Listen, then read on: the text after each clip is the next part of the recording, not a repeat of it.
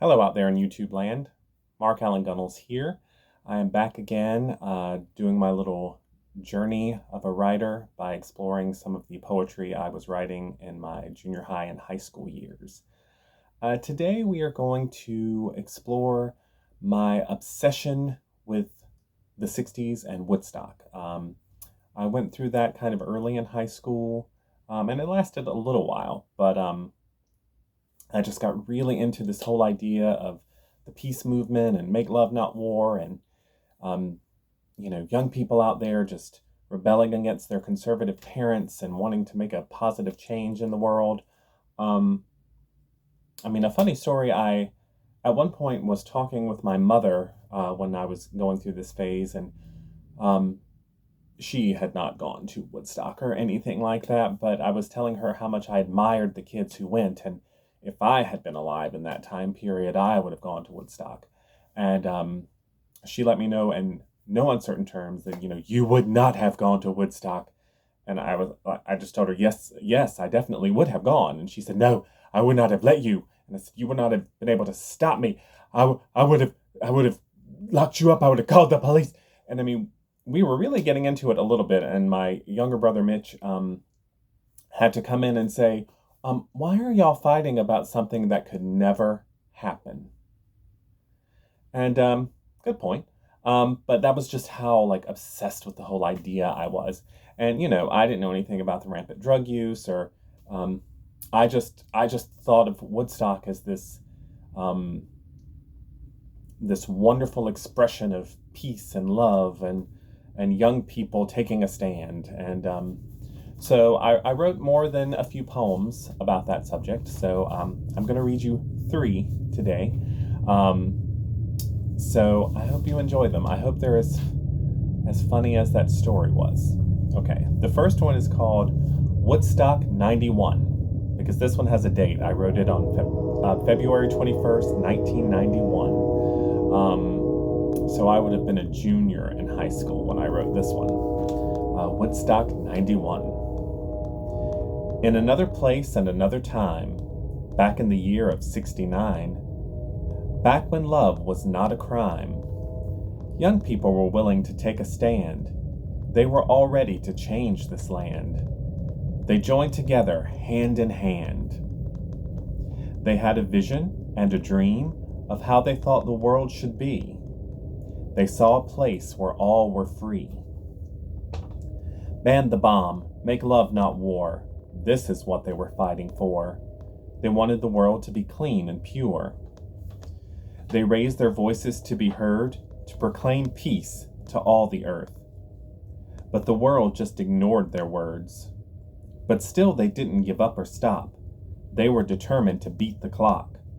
They banded together at the great Woodstock. Flower children and songs of hope, singing to let the whole world know, coming together to reach their goal. Still, this peace generation has an impact on this nation. We won't forget their tribulation. And still in today's society, we want peace and tranquility. Let us follow Woodstock's legacy. A bit on the melodramatic side, I am aware. But again, I was a melodramatic teenager. And it seemed so important to me at the time. Here's another one I wrote called Voice for Generation. And I'm pretty sure I stole that title from the movie Heathers. There's a part where her mother calls her Little Miss Voice for Generation. And I hooked onto that. And so that became the name of this poem. This has a date too, March 21st, 1991. So that winter into spring of 1991, I really had the 60s on my mind. The 60s was the time to be alive. Young people were not afraid to take a stand. They were determined to have their voices heard, and they were willing to go to any lengths to reach their goal of peace and equality for all people. No one hears this generation because we're afraid to raise our voices. The shadow of adulthood intimidates and smothers out our imagination. We will grow up into the conservative ways our parents taught us. But we must break loose from the fear that holds our hearts so tightly. We must rebel against the old sense that taught us to keep silent. The only way this generation will impact the world is if we raise our voices loud and strong. So I definitely felt like, my generation was lacking. It didn't have the same passion and drive as the generation of the flower children. And, I was just imploring the young people to take that lesson. The last one I'm going to read is called A 60s Tribute.